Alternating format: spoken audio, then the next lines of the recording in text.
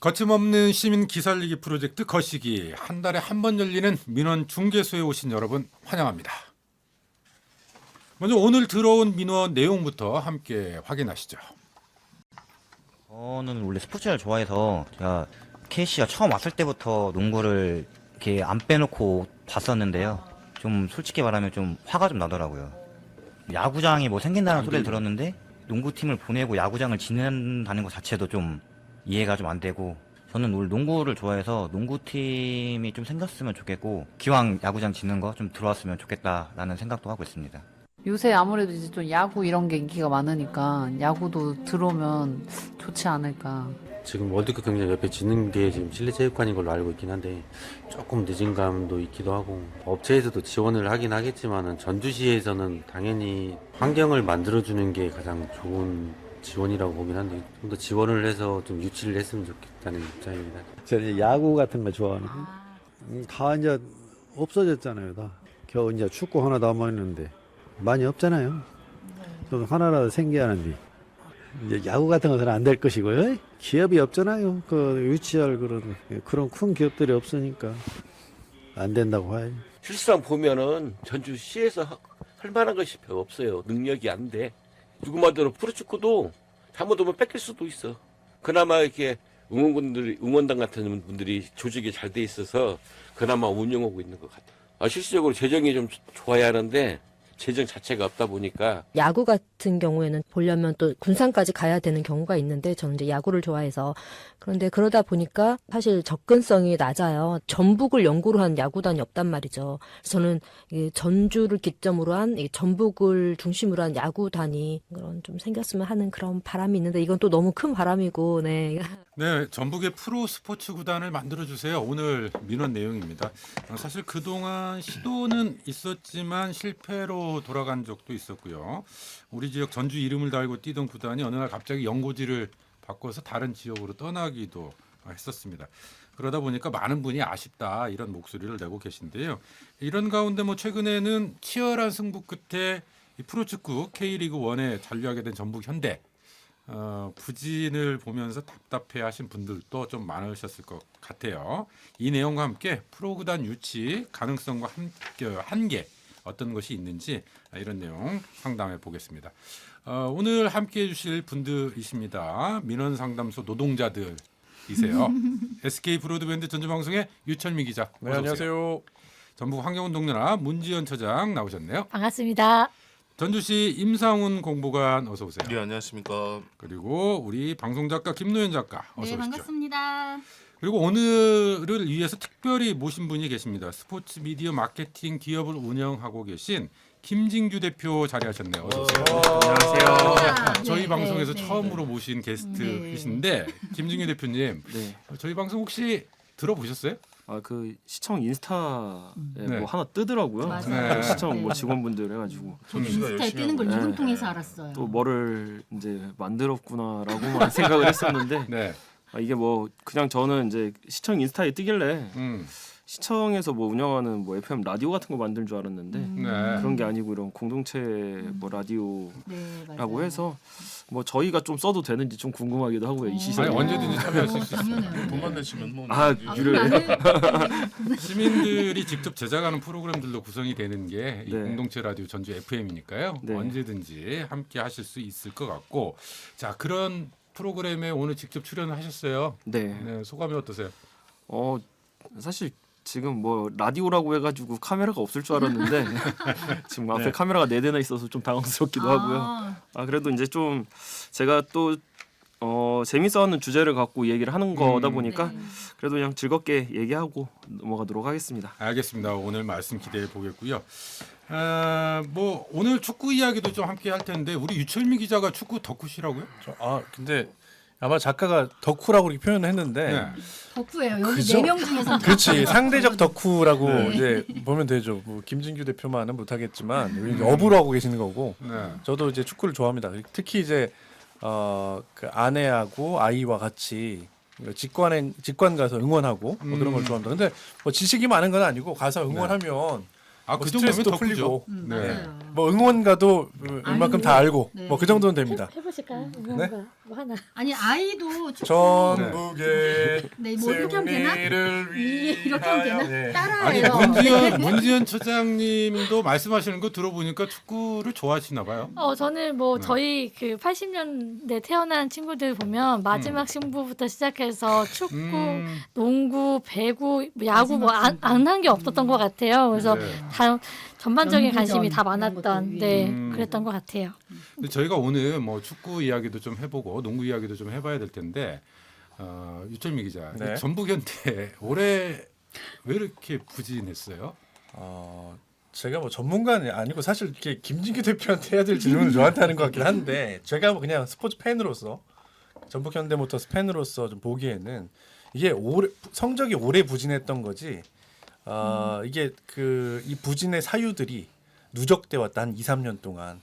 그 처음에 이제 김상식 감독이 이제 감독을 맡고 나서 팀을 이제 빌드업하는 과정에서 선수 영입 부분이 잘못됐다라고 하는 그런 뭐 지적도 전 뭐 들어봤던 것 같고 최근에는 뭐 주요 선수들의 어떤 일탈 그다음에 동계 훈련을 제대로 안 한 거 아니냐라고 하는 지적들 뭐 그런 것들이 좀 있었거든요. 뭐 제가 보기 좀 안타깝긴 한데 여러 가지 복합적인 이유가 있겠죠. 알겠습니다. 맞는 것 같아요. 그런 내용들 이제 앞으로 좀 자세히 살펴보도록 하고 그 전에 사실 저희가 이 방송하고 있는 현 시점에서 이 대한민국 사회가 들썩들썩하고 있습니다. 12.3 내란 사태 여파가 지속되고 있는 상황에서 이런 스포츠 이야기를 해도 되는 거냐 이렇게 우리 김노현 작가가 고민이 굉장히 좀 많으셨던 것 같아요.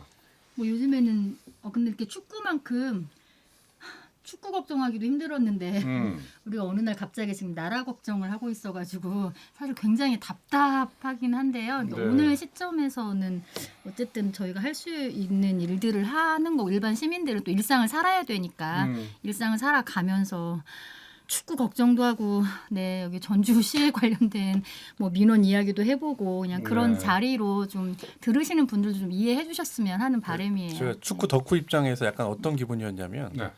그 세상에 전북 현대모터스가 승강 플레이오프로 갈 거라고는 상상도 그러니까. 못했던 맞아요. 팬의 입장에서 네. 이제 2차전을 승강 플레이오프 2차전을 앞두고 있는 시점이었어요. 같은 날이었던가요? 같은 날은 아닌데 네. 아무튼 앞두고 있었는데 있던, 네.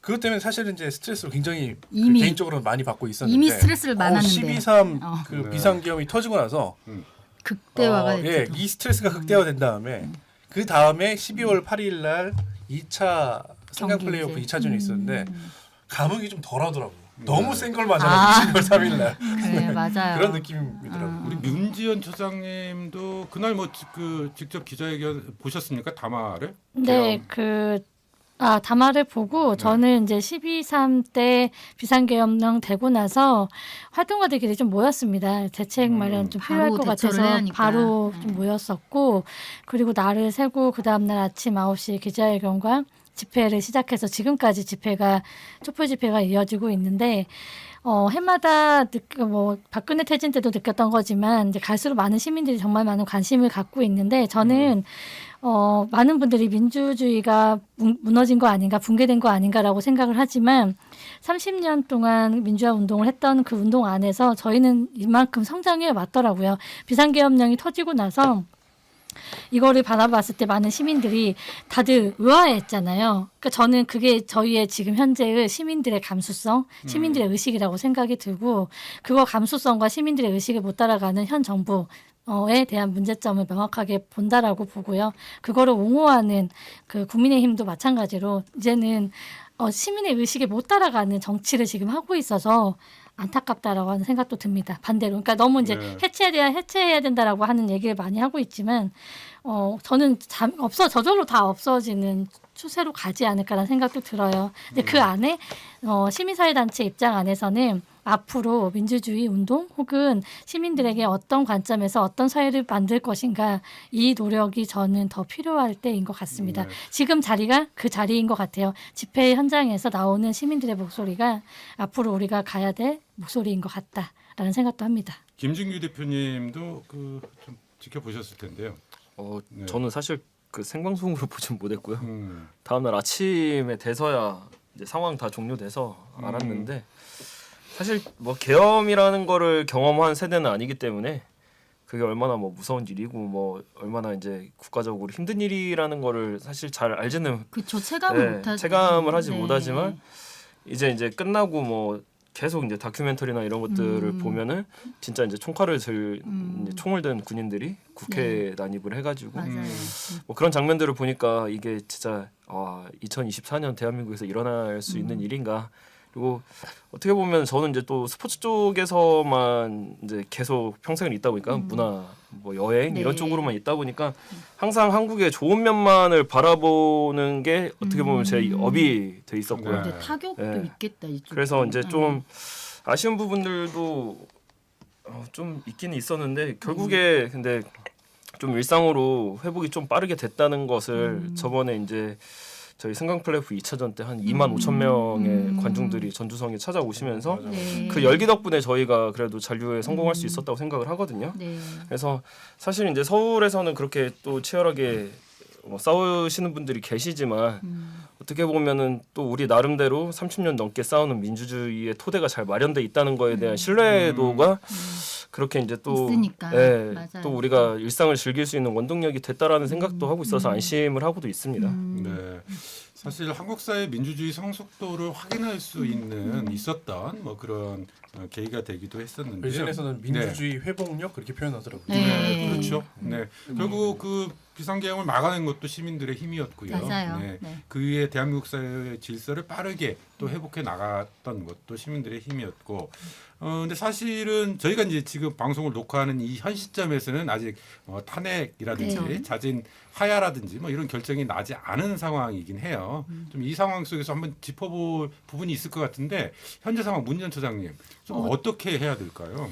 현재 상황을 어떻게 해야 되냐라고 하면은 저는 이제 국민의힘에서 이제 움직임이 조금씩 보인다고 생각을 하고 첫 번째 탄핵 소추안이 부결되면서 많은 시민들의 분노가 느껴졌고 그 분노가 분명히 이제 국민의힘 당사까지도 넘어갔던 것 같은데 국민의힘의 당사의 마지막 처절한 절규 같은 지금 상황을 저희는 지켜보는 것 같아요. 하지만 그분들은 끝내 정신을 차릴 거고 언젠가는 올 건데 그게 저는 12월 14일이 되지 않을까 생각이 들고요.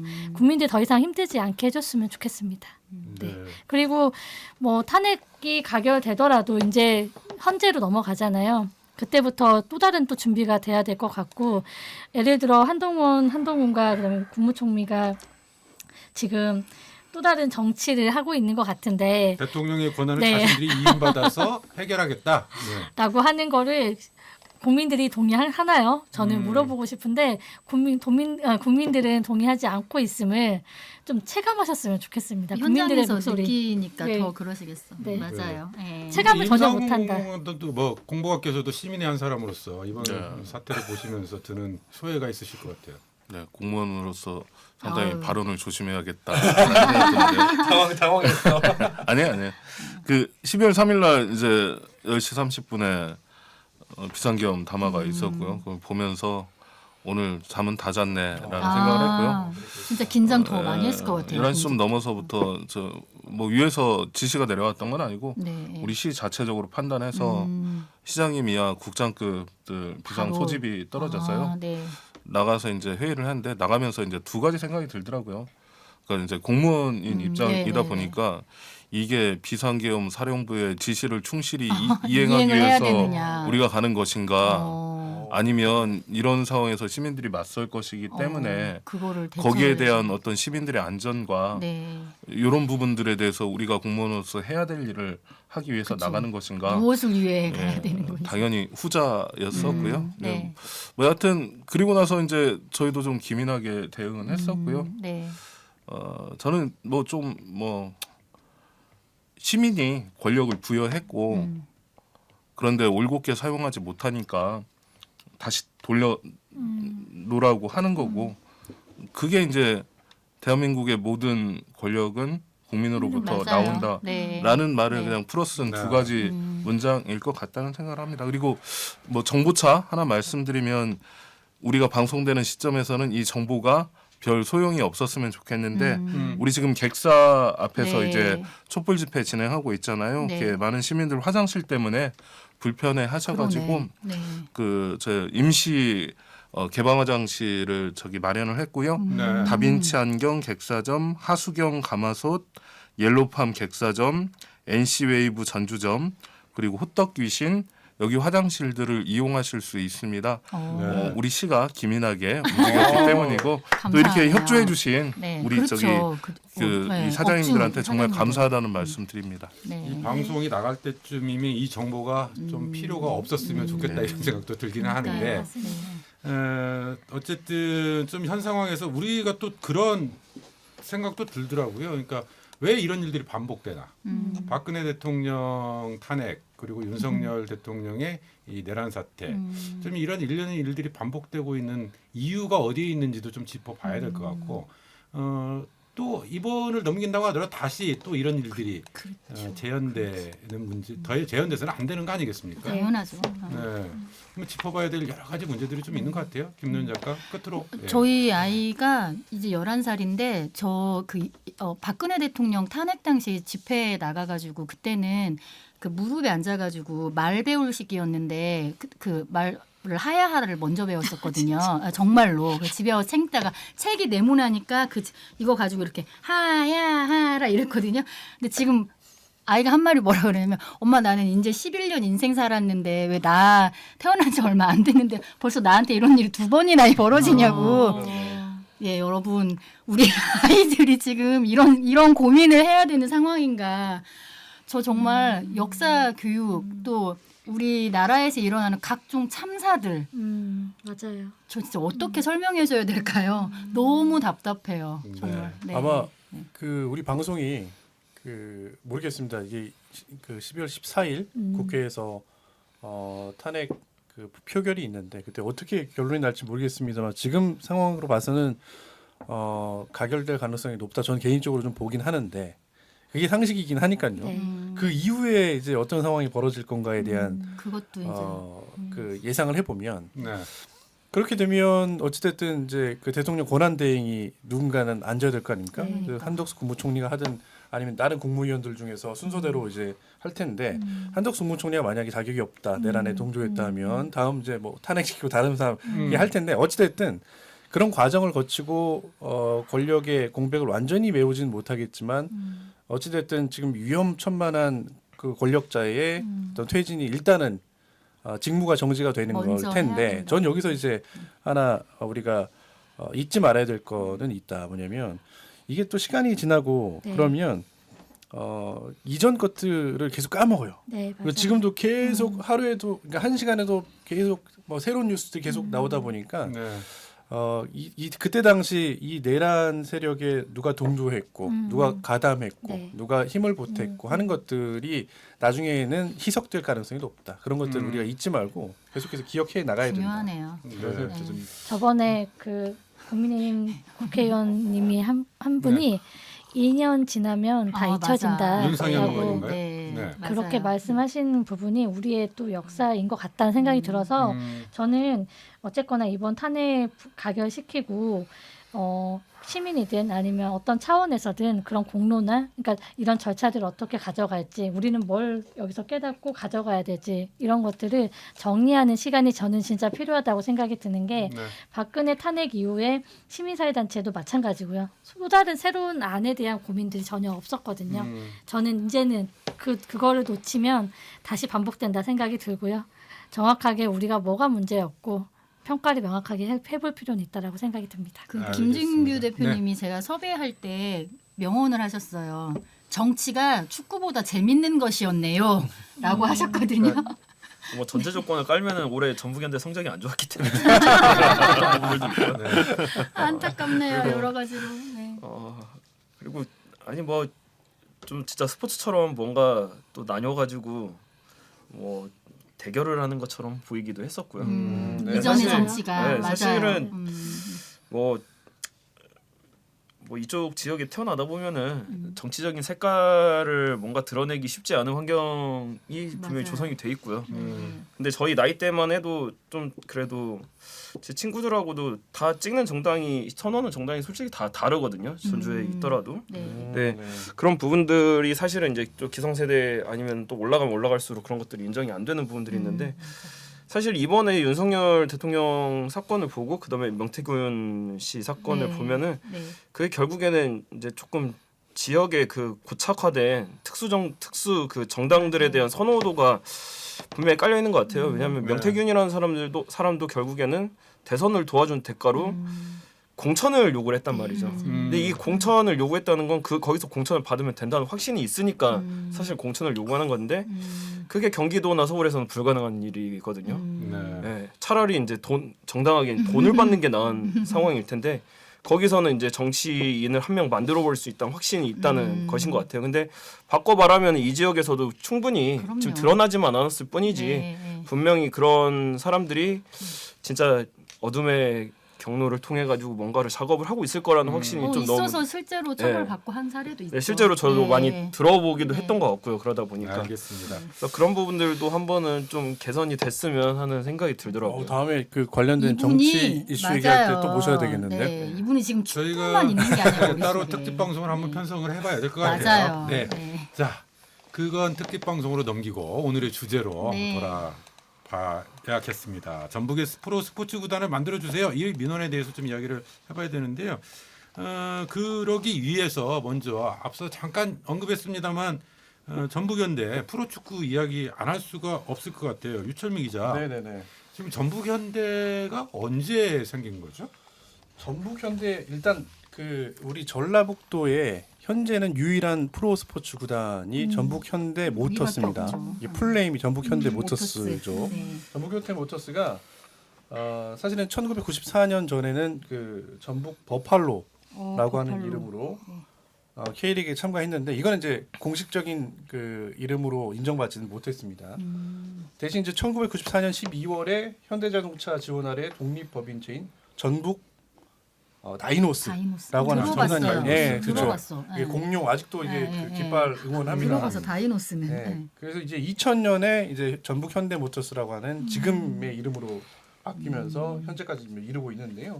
사실 전북 현대모터스는 우리 K리그 축구 역사, 프로 축구 역사에 가장 든든한, 가장 잘 나가던 과거형이죠. 잘 나가던 프로 스포츠 구단이었습니다. 뭐 왜 지금 이 지경이 되는지는 뭐 잘 모르겠습니다만. 김진규 대표님, 전북 현대가 전성기 시절 꽤 길었잖아요. 네, 길었죠. 좋았죠. 그러니까 그때는. 사실 여기 좀 덧붙이자면은 전북현대라는 팀이 만들어진 건 2002 월드컵 때문이라고 볼 수 있거든요. 2002년. 네, 당시에 이제 월드컵을 준비하는 과정에서 가장 중요했던 게 그 호남을 연고로 한 K리그 클럽이 없었던 상황이었습니다. 94년도 이쯤에. 근데 그때 이제 현대자동차가 여기 완주 상공단에다가 상용차 전용 공장을 짓게 되면서 전주시하고 현대자동차의 이제 인연이 한번 맺어졌고요. 그 계기로 이제 당시에는 현대그룹이었죠. 하나로 이제 이렇게 여러 가지로 나눠져 있는 게 아니라 그때도 이제 2002 월드컵 유치를 현대그룹에서 굉장히 이제 전폭적으로 지원을 하는 상황에서 이제 유치전에 나섰고 그러면서 이제 호남팀이 필요하다라는 의식 속에 이제 이 그 현대자동차 전주 공장에 있던 뭐 하청 기업에서 모기업 형태로 하고 현대자동차에서 후원하는 형태로 처음에 전북 다이노스가 만들어졌다고 하더라고요. 그리고 같은 해에 전남 드래곤즈도 같은 이유에서 생겼고요. 그래서 전남 드래곤즈도 94년을 창단 연도로 하고 있고요. 그리고 이듬해 이제 수원 삼성도 이제 수원 연고지가 수원이긴 하지만 그렇게 해서 이제 좀 지역 팀들이 이제 좀 많아진 계기가 2002 월드컵이라고 할 수가 있고요. 중요했네. 관심을 많이 가지게 됐죠. 맞아요. 그러니까 기업들이 투자를 할 수 있는 여건이 월드컵이라는 빅 이벤트가 있었기 때문에 근데 현대자동차, 삼성전자, 포스코라는 이제 국내 굴제 대기업들이 K리그에 조금 더 공격적으로 투자하게 된 계기가 됐다고 생각을 하고 있고요. 네. 사실 우승은 언제부터 하기 시작했어요, 전북이? 그러니까 처음에는 이제 지방 구단이라는 한계랑 구단 이제 인프라가 좋지 않았기 때문에 한동안은 이제 중하위권을 맴도는 팀이었었는데. 네. 근데 이제 최강희 감독이 부임한 이후에 2005년도에 저희가 FA컵을 당시에 이제 세 번째 FA컵을 우승을 한 이후에 네. 또 2006년 AFC 챔피언스리그 무대에서 이제 우승을 하게 됩니다. 당시만 해도 이제 현대자동차가 그닥 이제 K리그 클럽을 운영하는 거에 대한 가치를 그렇게 못 느끼고 있었는데 클럽 월드컵이라는 무대가 현대자동차에 대한 그 현대자동차가 갖고 있는 그 K리그 클럽에 대한 생각을 좀 바꾸는 이제 좀 계기가 됐었고요. 이 뭐 당시에 2006년 당시에 모기업 홍보 효과가 뭐 1,000억 원이 넘었다고 이야기가 나오니까 뭐 현대자동차에서도 충분히 이제 투자할 유인을 찾았던 거고요. 최강희 감독이 부임하기 시작하면서 전북현대가 우승도 네. 하게 되고 네, 최강의 팀으로 거듭나는 계기가 됐던 것 같아요. 유철미 기자, 네. 통틀어서 우승을 몇 번이나 했죠? 참 아쉽습니다. 한 번만 더 하면 네. 큰 별 하나 다른데 10번 우승이 되는데 10번인데. 지금 현재 9번 K리그 9번. 예, 작은 별 우승했고요. 9개구나. 그리고 아마 17년부터 2021년까지 5년 연속 예, 우승한 경험도 있고 그다음에 FA컵이라고 불리는 코리아컵에서도 몇 번입니까? 이 하나 둘 다섯 번. 5번 우승을 했고요. 그다음에 아시아의 최강을 가리는 아시아 챔피언스리그에서도 2번이나 우승한 저력 있는 구단이죠. 아니 전북현대 모터스로 팀명을 정한 게 2000년이라고 말씀하셨잖아요. 네네네. 그러면 그때부터 지금 한 24년 이 정도 흐르는 동안 10번 내가 갖고 9번 네. 우승을 했다. 9번 우승. 어, K리그. 네. 공식적으로는 전북 다이노스 시절부터 저희 구단 네. 역사를 인정을 하고 있고요. 아, 네.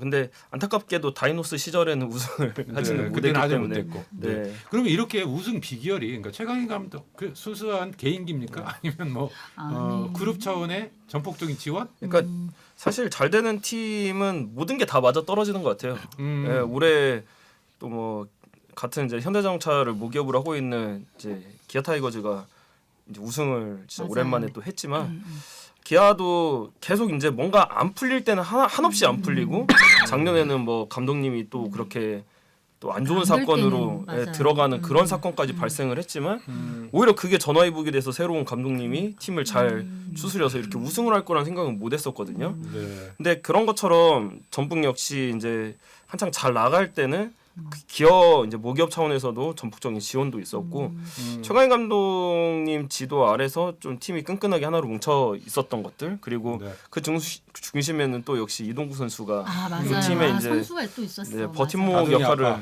맞아요. 네. 해주시고 계셨기 때문에 지금 한마디 하셨죠. 이동국 앞에 다둥이 아빠가 아니, 붙었지만 저는 상상도 못했네. 축구 좀 뭐 나도 요 정도는 안다 한번 티를 내고 싶어졌어 지금. 그러면 지금 말씀하신 것처럼 이제 좋은 스태프도 네. 또 있었고 최강희 네. 감독을 비롯해서 그리고 뭐 구단의 전폭적인 지원 그리고 무엇보다 우리 도민들의 응원 좀 이런 것들이 시너지 효과를 낸 것 같은데 그에 못지않게 지자체에서도 좀 지원이 있었을 것 같아요. 예, 저희도 열심히 하고 있습니다. 물론 아니 홍보 타임. 물론 저 그간 이제 그 현대 축구단이 저기를 월드컵 경기장을 이제 홈구장으로 쓰고 있잖아요. 근데 거기에 대한 시설 투자가 부족하다 이런 이제 비판이나 불만의 목소리가 있었던 건 사실이고요. 사실 저희가 소홀했던 부분도 분명히 있었던 것 같습니다. 그런데 이제 현재는 그 구단하고 전주시가 적극적으로 소통을 하고 있고요. 그래서 그 홈구장인 그 월드컵 경기장에 대한 이 시설 투자를 좀 하고 있습니다. 제가 쭉 읊어야 될 정도로 그래요? 또 읊으실 거예요? 많지는 않고요. 올해 같은 경우 좀 보면 그 필드 조명을 LED로 교체하는데 한 20억 정도 들여가지고 좀 진행하고 있고요. 또 보조 경기장 철거되면서 대체구장 만드는데도 5억 정도를 투입하고 있고 그리고 전북 현대 창단 30주년 역사기념관하고 펜숍을 조성하는 사업에 또 10억 원의 예산을 들여서 사업을 추진하고 있습니다. 그거 그리고 좋네요. 예, 그 못지않게 이 시설 못지않게 또 팬들을 위한 이런 거 부분도 중요한 것 같은데요. 그게 코로나 때 이제 중단이 돼 있었던 그 1994 네. 버스를 이제 민선 8기가 다시 이제 재개를 해가지고요. 지난해 11월부터 경기 시작 2시간 전부터 5에서 10분 간격으로 1994 특별 노선 10대 정도를 투입해가지고요. 네. 시민들의 어떤 접근성들을 네. 좀 높이기 위해서 이렇게 노력하고 있습니다. 네. 좀 여기 이제 할 시청에서 말만 하는 많아요. 할 거뿐만 말만 아니라, 많아. 네, 아니 여기는 조금 이제 시청이 아니라 사실은 좀 시설관리공단 측에도 감사를 좀 해야 될 게. 올해 좀 잔디 이슈가 심했잖아요. 상암 맞아요. 경기장 네. 같은 난리 경우. 아니었는데. 근데 전주 같은 경우는 그래도 굉장히 선방한 편이었거든요. 되게 잔디 호평을 관리에. 느꼈죠. 예. 근데 사실은 그 이 경기장에 깔려 있는 잔디가 일반 공원에 깔려 있는 이제 양잔디, 뭐 조선 잔디 품종이 아니라, 아니 그 한국 잔디가 아니라 양잔디라는 네. 예, 이제 켄터키 블루라는 그런 품종인데 그게 굉장히 이제 고온에 약한 잔디거든요. 네. 그리고 근데 이제 전주 월드컵 경기장 같은 경우는 가보시면 아시겠지만 이게 그라운드가 지하에 있습니다. 그래서 굉장히 좀 통풍이 잘 안 되는 구조로 되어 있기 때문에 정말 잔디를 관리를 못하면 죽을 수밖에 없는 그래요? 환경이 몰랐어. 있음에도 네. 굉장히 이제 좀 시설관리공단에서 투자도 많이 해주시고 관리도 정말 열심히 해주신 덕분에 그래도 저희가 그라운드 상황이 좀 좋게 유지가 됐던 부분들이 있거든요. 근데 아까 말씀하셨던 부분들은 사실 일회성으로 뭐 조명을 교체한다 네. 이런 것들은 약간 일회성일 수 있지만 네. 지속적으로 경기장에 대한 이제 투자를 지금 또 해주고 중요하네. 계시기 때문에 사실 그 부분에 있어서는 좀 저희도 감사를 해야 되는 부분들인 것 같습니다. 네. 다만 이제 다른 지역 다만 구장 지금 다만이 있어 다만. 어떤 네. 거예요? 다만 이제 핵심적인 예, 그라운드는 좋은데 이제 좀 외부에 그 페인트가 벗겨진다든지 그 게이트나 이런 부분들 그런 부분들은 어떻게 보면 잔디 관리에 비해서는 굉장히 사소할 수도 있고 이미지상 예, 중요해. 예산도 사실. 잔디보다 훨씬 저렴하게 할 수 있는 건데 그래요. 이분들이 게이트를 통해서 입장을 안 하시니까 게이트가 지금 어떤지 페인트가 몰라. 예, 다 벗겨지고 이런 걸 모르시나? 나무 계단도 사가가지고 다 그렇죠. 부서져 있어요 지금. 그러니까 왜냐면은 시장님이나 일반 뭐, 입구로 예, 안 오시고 안 저거요, 오시니까 저거. 뒤쪽 이제 VIP 게이트로 그러네. 오시면은 거기는 대리석 같이 다 깔려 있거든요. 그러네. 다음 주제로 그 넘어가시면 관리를 지금 전주시 시설관리공단에서 담당하는 것은 네. 맞는 거죠? 시설 관리니까. 근데 예산은 이제 시에서 하지만. 시에서. 네, 들어가는 걸로 알고 있는데 오늘 방송에서 말씀을 하셨기 때문에 아마 전주시에서도 어. 그 내용들을 좀 반영해서 개혁이 수립하지 않을까? 그렇죠. 사람 좋아하려고 그랬는데. 네.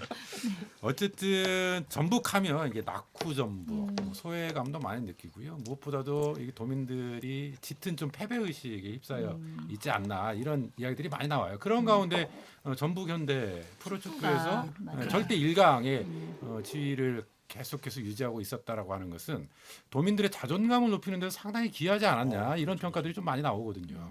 맞습니다. 실제로 뭐 김윤기 대표님 네.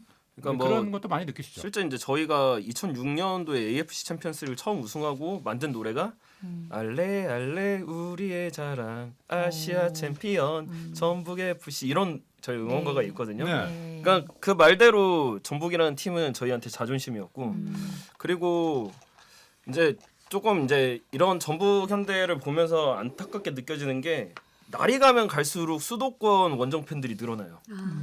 그게 이제 그러니까. 저는 두 가지 요인이라고 생각을 해요. 이제 수도권 사람들은 연고 의식이 없어요. 크게. 예, 그러니까 뭐 이 방송을 보시는 분들, 나는 FC 서울 응원하는데 이런 분들도 계시겠지만 저희 뭐 야구만 보더라도 거의 반반 채울 수 있을 만큼 크게 연고 의식을 갖지 않으시더라고요.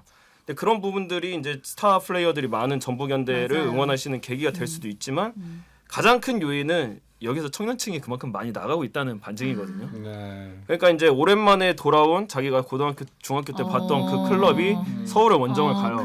수원 원정을 가고 인천 원정 가면은 그때는 자기가 거기가 홈경기가 돼버리는 거예요. 그러니까 그런 좀 안타까운 전라북도의 자아상도 느낄 수 있는 그런 진짜 것들이 현장에 있었을 때문에 자존감 알 수 있는 못지않게 거다. 네. 지역의 현실을 그대로 드러내요. 그러니까 이제 그 전북이라는 팀이 내가 전주 출신이라는 거를 저희가 서울에서 수원에서 인천에서 외칠 수 있는 그런 이제 또 자부심으로 이제 좀 표출을 할 수 있는 공간이 사실은 이제 축구장밖에 없는 거죠. 네. 프로구단이 갖는 의미 단순히 경제적 아, 이유라든지 맞아요. 뭐 이런 것들 외에도 굉장히 유무형의 그런 자산으로서 프로구단이 차지하는 지위가 있는 것 같아요. 그래서 저희가 오늘 좀 이걸 살펴보고 있는데 축구뿐만 아니라 저희 농구 이야기도 좀 해봐야 될 것 같아요. 전주 KCC 농구단. 잠깐 우리 공무관님 네. 자리에서 정말 일어나려고 하는 것 지금 같은데. 인상이 달라지신 느낌이야. 네. 지금 어쨌든 KCC가 전주를 떠났잖아요. 네. 네. 그렇죠. 임상훈 공보관 예. 네, 떠난 이유가 어디에 있었어요? 일단 뭐 이런저런 이유를 말씀드리기에 앞서가지고 시민 여러분께는 정말로 죄송하다는 말씀드리고요. 그 KCC가 부산으로 떠나가는 게 결정이 됐을 때 들었던 얘기 중에 하나가 스포츠 팬인데 여름에는 축구를 보고 겨울에는 농구를 보면서 맞아요. 뭐 1년 내내 즐거울 수 있었는데 겨울이 이제 허해졌다라는 그런 말씀에 대해서 일단 전주시에 몸담고 있는 한 사람으로서 정말로 죄송하게 생각하고 무언가 대안은 낼 것이라는 그런 약속을 전주시를 대신해서 좀 드리도록 하겠고요. 무슨 대안일까요? 뭐 준비하는 게 있으신데? 아니 뭐 하겠죠. 안 하겠습니까? 대안 이전에 예. 그 전에 떠날 때 전주시와 KCC 구단 간의 갈등이 굉장히 심했다. 이런 언론 보도도 많이 있었고요. 이거 이제 그 실체가 뭐예요? 갈등이라고 표현을 하는 게 맞는지 모르겠지만 그러니까 소통이 부족했던 건 사실인 것 같습니다. 네. 그러니까 가장 핵심적인 부분은 사실은 KCC의 입장도 이해는 가는데 그 실내체육관을 새로 짓는 부분에 대한 약속이 민선 6기, 7기, 8기 이렇게 오면서 네. 좀 지연이 되는 측면들이 있었고요. 그러니까 전임 시장 시절에 그런 약속이 있었던 거예요? 네, 전임이 아니라 그 전으로 올라갈 때부터 네. 약속이 있었었는데 그 지어주기로 한 시기가 지속적으로 이제 예산의 늦춰진 문제이든 늦춰지면서 늦춰지면서 KCC 입장에는 그래서 그 중간에도 한번 이전하려는 움직임이 있었던 것 같아요. 예를 들어서 그런 거예요. 네. 김환주 시장 한 오래된 얘기입니다. 김한주 시장 시절까지 올라갑니까? KCC가 우승을 했을 때 본인이 그렇게 호언장담을 했어요. 체육관을 신축 체육관을 우승하면 짓겠다. 근데 이제 그런 약속들, 정치인들의 약속들이 계속 이제 어떻게 보면 어떤 거짓 상황에 구호 따라서. 아니면 헛구호에 그치면서 팬들이 이제 화가 난 거죠. 팬들도 네. 화가 나고 구단 구단 측에서도 입장에서도. 왜 약속을 안 지켜주느냐라고 이제 불만이 계속 쌓여갔던 거죠. 그러면서 네.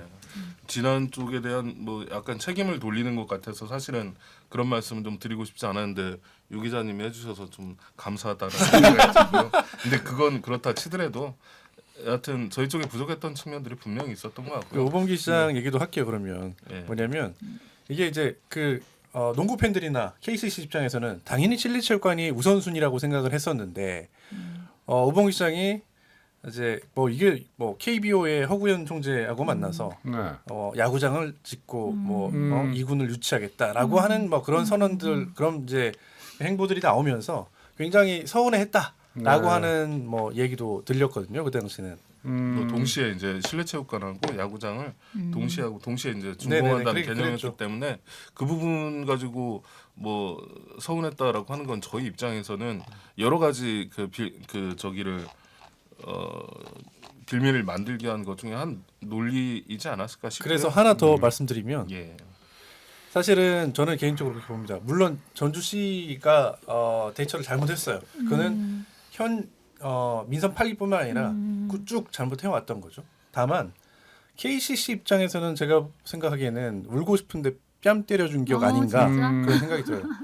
KCC가 프로스포츠 구단으로서 전주를 연고로 두고 과연 프로스포츠 구단답게 전주에 얼마나 투자했고 시민들 팬들을 위해서 얼마나 노력했냐라고 네. 따져보면 저는 사실은 굉장히 만족스럽지 않거든요. 맞아요. 또 그런 건 그런 비판도 되게 많았고 그리고 생각을 해보면 전주라고 하는 시장보다 부산이라고 하는 지금 부산가 있잖아요. 네. 부산이라고 하는 시장이 얼마나 큽니까?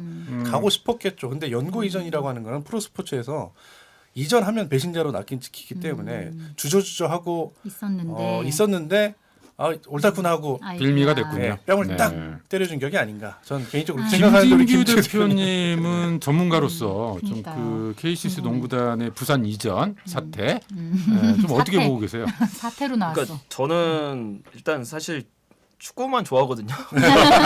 그러세요? 전 네. 겨울에는 이제 이불 속에 있는 걸 좋아하지 농구장 가는 걸 별로 좋아하지 않아가지고. 근데 그래서 뭐 저도 전북대 나오고 앞에서 농구장 그렇게 가까이 있었지만 농구장 한 번도 가본 적이 없어요. 그래서 뭐 연고 이전 설이 터졌을 때도 뭐 오히려 전북현대에 집중을 해줬으면 좋겠다라는 생각을 많이 하고 있었던 게 솔직한 생각이었는데요. 근데 이게 중요한 게 지금 현재 저기 국회 앞에 나가 계시는 분들도 보면은 이게 여론이라는 게 있잖아요. 네. 가장 중요한 게 민주주의에서 여론이라는 게 있고 그 여론에 지금 따르지 않았기 때문에 국민의힘이 질타를 받고 있다고 생각을 해요. 네. 근데 이 문제도 어떻게 보면 비슷한 게 지금까지 아까 이제 기자님 말씀하신 대로 그 영구 이전을 한 팀에 대해서는 축구 팬들은 패륜이라는 용어를 씁니다. 아 그렇게까지 축구 팬들은 표현해요? 패륜. 네. 패륜이라고, 네, 패륜이라고. 저희가 네. 이제 그래서 이제 K리그엔 한 3개 또 패륜 팀이 존재를 하는데 세다 네. 세. 네. 네, 저희는 이제 좀 축구 팬들이 세다 보니까 어. 그렇게 있는데 이게 아까 말씀하신 대로 이 정도로 굉장히 조금 구단이 욕을 먹는 경우가 굉장히 많지. 오히려 구단이 야 너네 우리가 이해해줄 수밖에 없어 이렇게 하는 경우가 거의 없습니다. 네. 맞아요. 근데 KCC 같은 경우는 특이하게 그러니까. 시가 욕을 먹었어요. 맞아요. 그러네요. 이거는 이거는 지금 최근에 탄핵 정국하고도 같은 생각을 해야 돼요. 특이함단 왜냐면은 말이에요. 이거는 시가 아무리 우리가 억울해 100번 억울하다고 얘기를 해봤자 그 못한 거에 대해서 분명히 사과를 하고 넘어가야 되는 부분입니다. 이거는. 네. 그래서 저도 사실 이제 제가 체육산업과에서 그 이제 뭐 좀 자문위원 네, 활동 많이 하세요. 활동 같은 네. 거를 제가 좀 하고 있으면서도 네.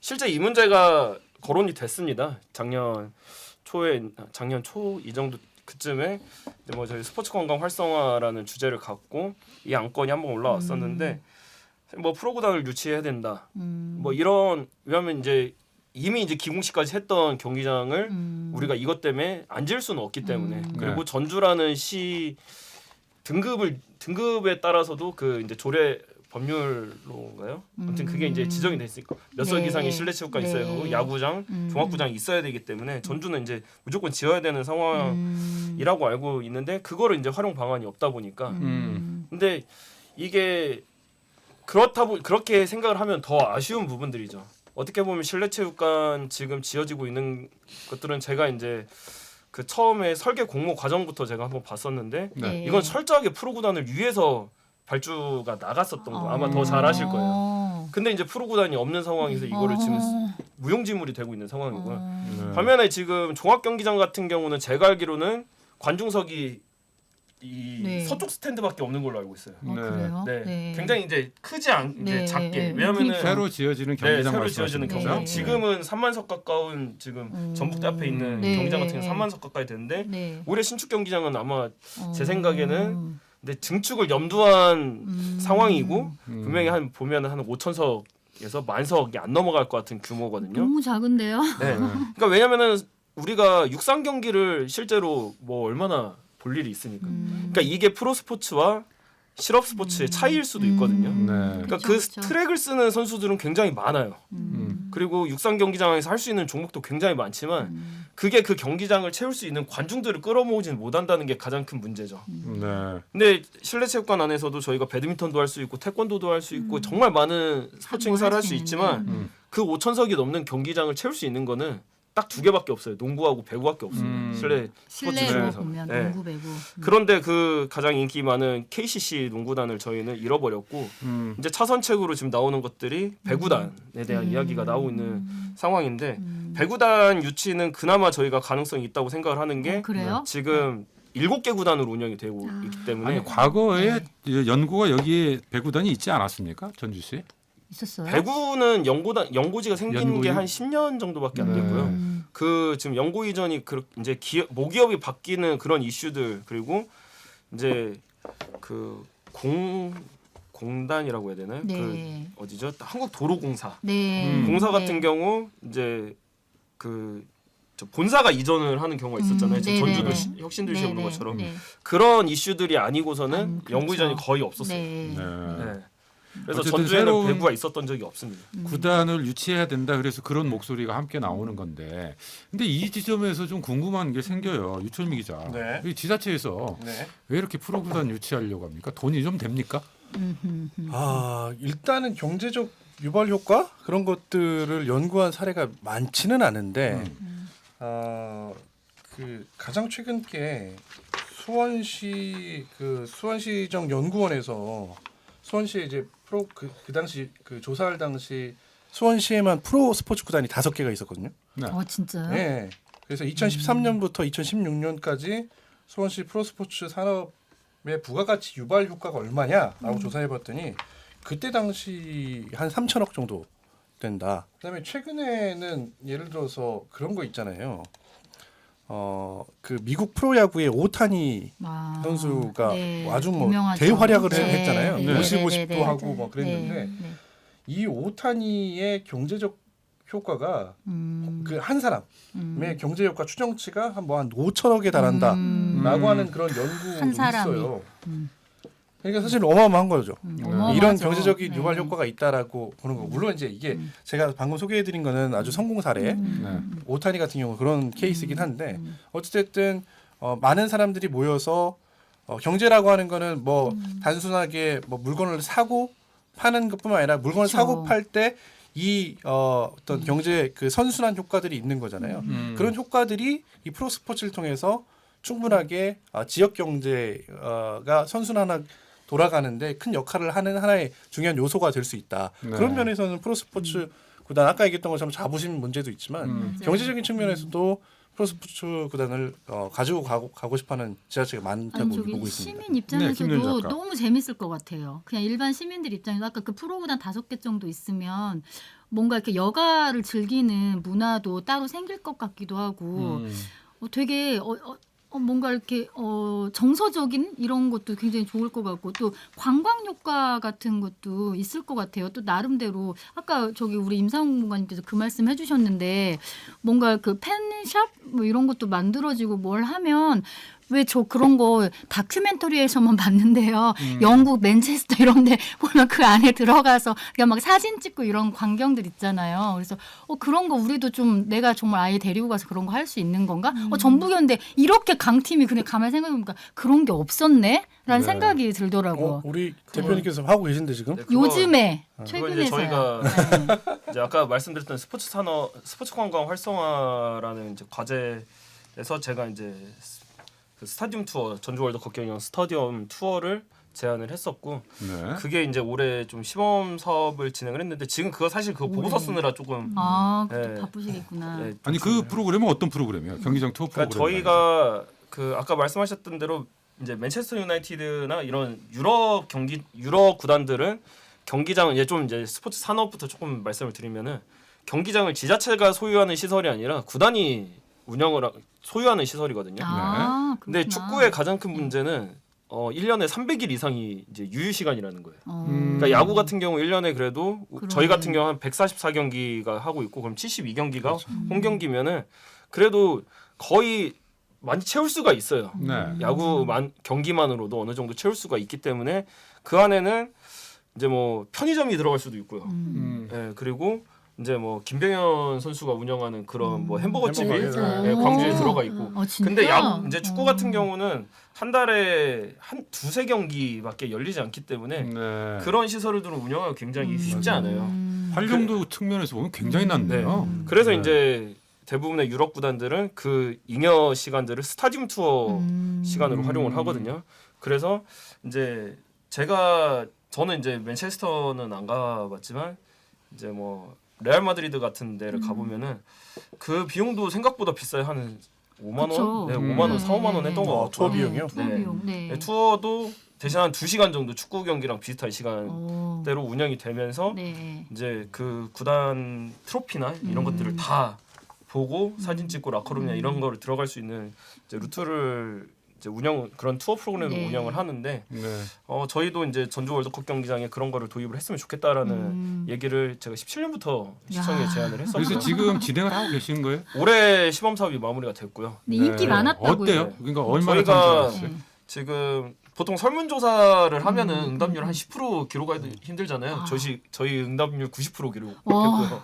네. 그리고 거기서 지금 저희가 별점으로 매겼을 때 4.92점이 나왔어요. 만족도는 굉장히 높았다. 그리고 이제 저희가 이제 유료로 전환을 하려고 준비를 하고 있는데 유료 전환 후에도 재방문 의사가 100%가 나왔고요. 그러니까 약간 몇 명이 온 걸로 저희 1년 이제 동안? 이번에 오신 분들은 총 한 300에서 한 400명 정도 되는 것 같고요. 저희가 이제 이걸 놓쳤어. 온라인으로 예약을 받았기 때문에 예약자분들께만 그랬구나. 저희가 설문조사를 진행을 했어요. 이제 그러다 보니까 한 모집단은 150명 정도 중에 130명 정도가 응답을 이거 해주셨고요. 예약 사이트 열리자마자 다 바로. 매진이었습니다. 네, 바로 매진. 난 알지도 못했네. 1분 30초 만에 매진됐어요. 근데 그분들이 유료로 전화를 해도 다시 하겠다는 거예요. 참여하겠다. 재방문. 네, 하죠. 그 재방문율이 100%가 나왔기 때문에 야, 저희가 이런 사업성이 확인이 됐고 진짜 그래서 이제 확인됐네요. 시청 측하고도 내년도 지금 사업을 어떻게 진행할지에 대한 얘기를 지금 하고 있는데 예산 문제가 사실은 이제 좀 있다 보니까 잘 나오셨네요. 네. 오늘. 아니 사실 구단과 지자체 간의 관계 좀 어떻게 설정돼야 되는가 이런 이야기도 좀 해봐야 될 것 같아요. 말씀하신 것처럼 지금 경기장은 시에서 세금으로 유지 운영하고 있는 상황이고 그걸 구단이 쓰는 거잖아요. 네. 쓰고 있는 그다음 상황에서 임차를 하는 네. 상황이고요. 구단을 어떻게 그러면 그 경기장들을 어떻게 효율적으로 활용할 것인가 무엇보다도 시민 중심으로 이 경기장에 대한 접근 이런 것들이 좀 필요해 보이는데 어떠세요? 구단과 지자체 간의 바람직한 역할, 상호 관계랄까? 네, 두 분 서로 상호 간에 신뢰가 있으실 것 같아요. 네. 그러니까 저는 기본적으로 이제 제가 그때 이제 자문위원회 나가서도 말씀을 드렸던 게 이게 구단을 도와준다고 생각을 하지 말고 시의 가장 주요한 문화시설에 대한 투자라고 생각을 해주셨으면 좋겠어요. 그러니까 사실 뭐 제가 이제 좀 농업 마케팅이나 이런 스포츠 마케팅 연계해서 농업 마케팅 이런 것들도 하다 보면은 시골에서도 무슨 축제 하나 하는데 몇 억 쓰는 거 어렵지 맞아. 않게 하더라고요. 맞아요. 심지어 이제 대표 축제라고 불리는 축제들은 맞아. 보통 예산 규모 10억이 넘어가거든요. 그렇죠. 근데 축구단 그 시설 투자하는 거에 대해서는 대단히 인색하다. 이게 매년 들어가는 돈도 아니고 1년에 한 번 해주면은 저희는 그걸 10년, 20년 쓰는데 그거 한 번 예산 만드는 게 너무 힘들더라고요. 그래서 귀담아 들으셔야겠네요. 지자체에서는 어때요? 모기업이 지금 있어서 이런 네, 모기업이 모기업. 있어서 네, 전문가의 지적에 대해서 아니, 돌아가서 많이. 아니, 근데 저희 나름 열심히 하고 있지 않습니까? 아, 네, 아예 저는 네. 그래도 전주시가 아까 말씀드린 대로 KCC가 나간 이후에 굉장히 오히려. 전향적으로 네, 저희 전북현대를 네, 너무 이제 또 진짜 우픈 현실이긴 한데. 그래서 뭐 농구 팬이 아닌 제 입장에서는 굉장히 아이고야. 반가운 얘기긴 해요. 저는 농구 팬인 저는 너무 아쉽습니다. 듣고 네. 계신 KCC 네. 죄송합니다. 네. 전북 현대 난 농구 프로축구에 팬이야. 대한 이야기부터 KCC 농구에 대한 이야기까지 좀 해봤는데 어쨌든 지금 오늘 주제가 새로운 프로구단 유치해 주세요. 뭐 그러니까요. 이런 내용이었어요. 네. 전주시에서 혹시 새로운 프로구단 유치에 대한 계획을 갖고 계십니까? 예, 계속 검토하고 있고요. 적극적으로 고려하고 있는 부분입니다. 그러니까 아까 김진규 대표님 말씀하신 대로 저희가 이제 실내체육관을 이렇게 구단에 맞춰서 이제 저기 용역을 발주하고 했었던 측면들이 있기 때문에 운영적인 측면에서 반드시 필요한 거고요. 실내체육관이 2026년 말 완공을 목표로 저희가 지금 공사를 진행하고 있기 때문에 실내체육관이 이제 지어지게 되면 뭐 활용도를 이제 극대화하기 위한 부분으로서 새로운 어떤 팀의 유치나 창단이나 그게 이제 어떤 분야가 될지 어떤 종목이 될지는 아직은 사실은 검토 단계이기 때문에 지금 뭐 어떻게 드릴 수는 없지만 뭐 유치든 창단이든 그 부분은 반드시 저희도 해야 될 부분으로 보고 좀 추진을 하고 있고요. 근데 이제 프로구단을 운영하는 데는 여러 가지 이제 선결 조건이 있는데 이게 이렇게 1번이 사실은 안정적인 재정 지원입니다. 그러니까 전북연구원이 좀 그 조사한 자료를 보면은 배구나 농구 같은 경우에 연간 운영비가 이제 60억 원 이상 이렇게 소요될 것으로 전망이 되거든요. 그래서 운영비의 상당 부분을 이제 될 수 있는 그런 모기업을 이렇게 뭐 찾는 것 이게 좀 시급한 과제라고 보여지고요. 여하튼 그런 부분들 종합적으로 고려해가지고 아직 결정된 건 아무것도 없는 상황이네요. 아 그럼요. 네. 이게 백조 같은 거죠. 이렇게 네? 물 밑에서는 열심히 아. 움직이고 있다. 네. 막 돌아오고 있어요. 오늘 공부가 좀 애쓰시네요. 와서 특종 하나 주실 줄 알았더니 네. 그 지금 전주시에서도 여러 가지 고민을 하고 있는 것 같은데 우리 네. 패널분들께서는 혹시 프로구단을 유치한다면 어떤 쪽으로 유치가 좋을 것 저는 같아요? 이제 뭐 네. 저도 그 되게 다양하게 제가 스토브리그라고 하는 드라마를 드라마. 되게 네. 너무 재밌게 봤던 기억이 있어요.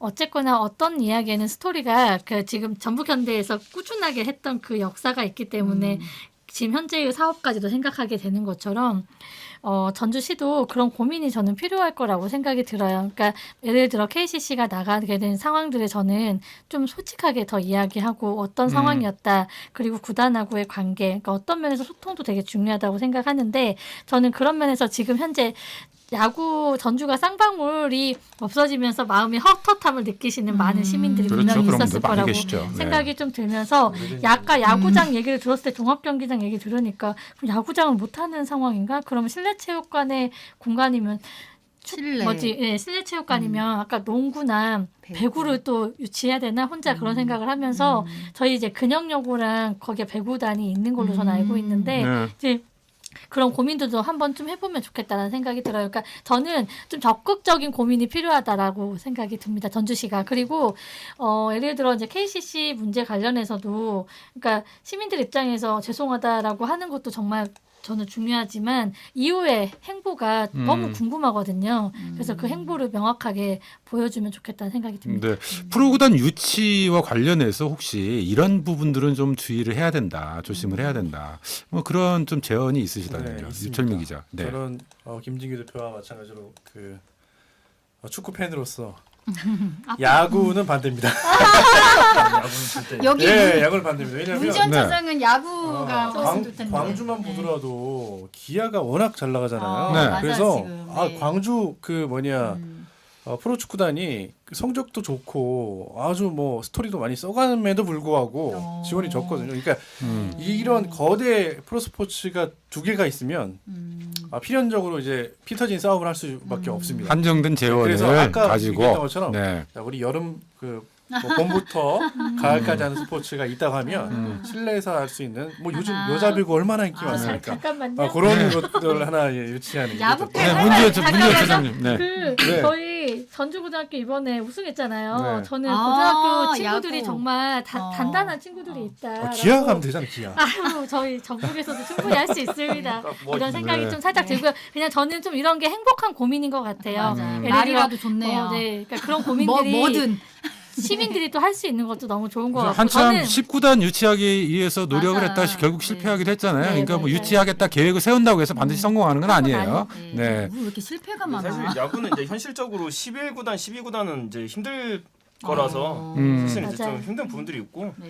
뭐 지금 광주 야구장 같은 경우 전주에서 1시간 반이면 가고 거기로 가래요. 대전 이글스파크도 지금 내년에 새로 완공하는데 아 대전도요? 네, 금방 대전도 갑니다, 이제 금방. 수영장까지 짓는다고 하더라고요. 배너리 편파적이에요. 저는 아무튼 농구는 안 오나요? 아니 모든 스포츠를 다 좋아합니다. 저도 근데 이렇게 아까 마무리. 말씀하신 것처럼 배구는 좀 저희도 고려를 했으면 좋겠는 게 첫 번째는 아까 7개 구단으로 운영된다 이 홀수 운영이 되면 리그 운영이 굉장히 쉽지 않거든요. 네. 그래서 분명히 이제 배구는 이제 저희 V리그 차원에서도 한 개 구단을 진짜요? 어떻게 해서든지 만들려고 지금 준비를 할 거예요. 그리고 지금 작년부터 이 아시아 쿼터라는 제도가 생겼습니다. 그 배구 같은 경우는. 근데 아시아 쿼터를 통해서 오는 동남아 선수들이 생각보다 요즘에 네임밸류가 굉장히 커요. 왜냐면은 그래요? 동남아 시장 규모가 애초에 인구가 어마어마하게 많은 지역이다 보니까 지금 대전 정관장이라는 네. 팀에서 뛰는 인도네시아 맞아요. 아포지 유명한가 스파이커가 한 보네. 명 있는데 엄청 유명해요. 그 선수 인스타그램 팔로워만 수십만이 넘고요. 네. 와. 그 선수가 오자마자 정관장 음. 유튜브가 실버 버튼을 받아버렸어요. 와. 네, 그 정도의 파급력 있는 선수들이 굉장히 있다. 그러니까 전주 같은 경우도 이게 저희가 고려를 해야 될 게 프로 스포츠를 통해서 얻을 수 있는 것들이 뭔가에 대해서 맞아요. 고민을 해야 되는데 네. 얻을 수 있는 네. 걸 생각하면 되죠. 저희는 이제 이제 뭐 지자체에서 운영하는 구단 중에 가장 우수 사례는 분명히 대구 FC를 꼽을 수가 있습니다. 대구 FC 같은 경우는 지금 전주로 따지면 종합경기장 자리에 경기장을 새로 신축을 해가지고 그쪽에서 발생하는 임대 수익까지 지금 구단 수입으로 다 가져가면서 네. 약간 이제 공동화 현상이 일어나는 이제 부도심에 네, 네. 사실 그 축구장이 굉장히 그러니까. 활력소가 되고 있거든요. 너무 좋네요. 근데 저희는 이미 경기장을 개발하기로 아. 했죠. 이제 네. 외곽에다 지었기 때문에 대구 네. FC 같은 효과는 지금 얻을 수는 없어요. 그러면 이제 시에서 아까 제가 말씀드렸듯이 뭐 군에서도 군 단위에서도 10억, 20억씩 쓸 수 있는 게 이제 뭐 행사라고 한다고 네, 하면은 네, 네. 그 행사를 통해서 우리가 얻을 수 있는 게 뭔지에 대해서 고민을 해야 되는데 전주는 지금 갖고 있는 뭐 저희가 갖고 있는 문화자산들은 어떻게 홍보를 할지에 대해서 맞아요. 관광객을 어떻게 유치하고 체류시킬지에 대해서 고민을 한다고 하면은 그 동남아 선수들이 갖고 있는 굉장한 진짜 이제 맨파워들이 파급력. 네. 저는 중요할 거라고 생각을 하고 있고요. 근데 농구나 지금 남자 배구에서는 그 정도 파급력 갖고 있는 선수들이 아직 나타나지는 않았어요.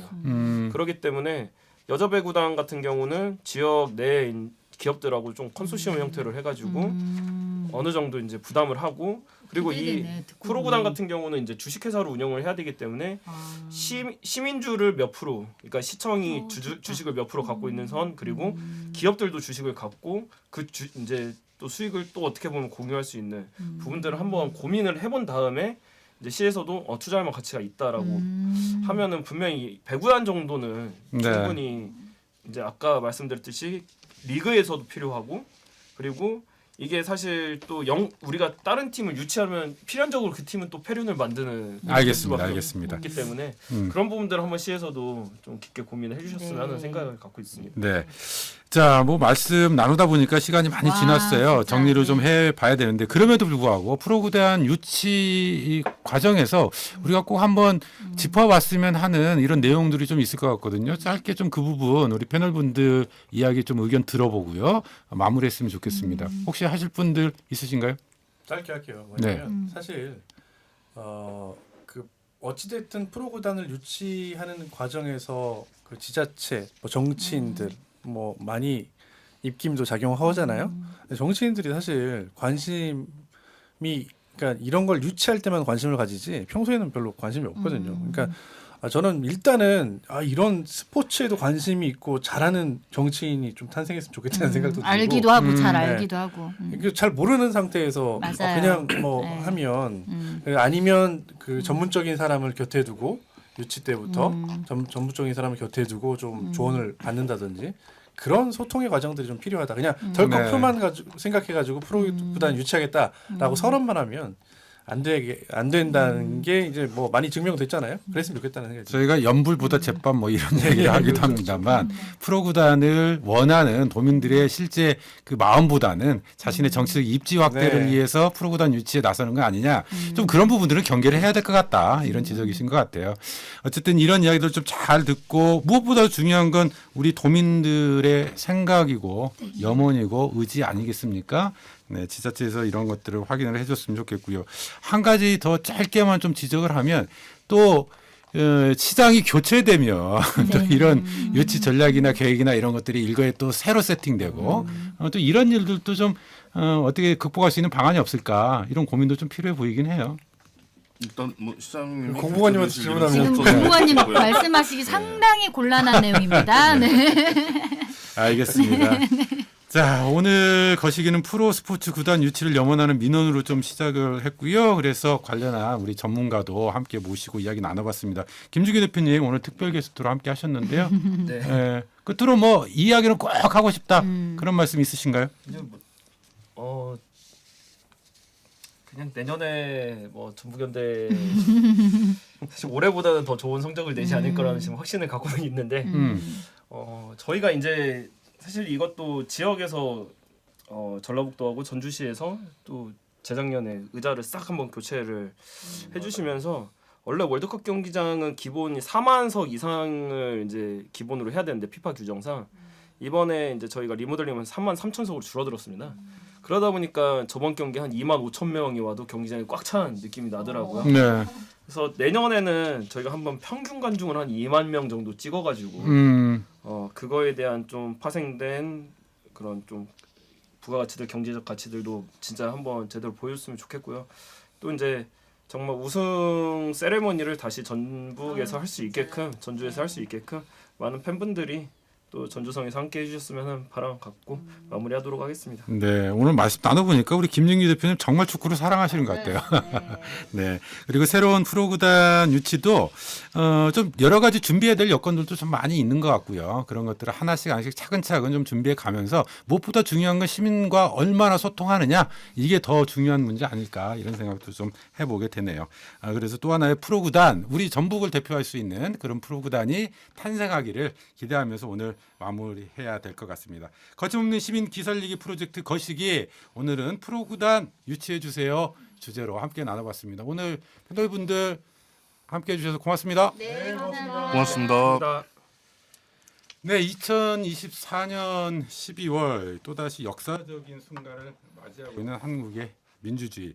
그 희망을 상징하는 촛불 집회에서 요즘 새롭게 주목받고 있는 노래예요. 소녀시대의 다시 만난 세계 우리 끝곡으로 들으면서 저도 인사드리겠습니다. 함께해 주신 여러분 고맙습니다.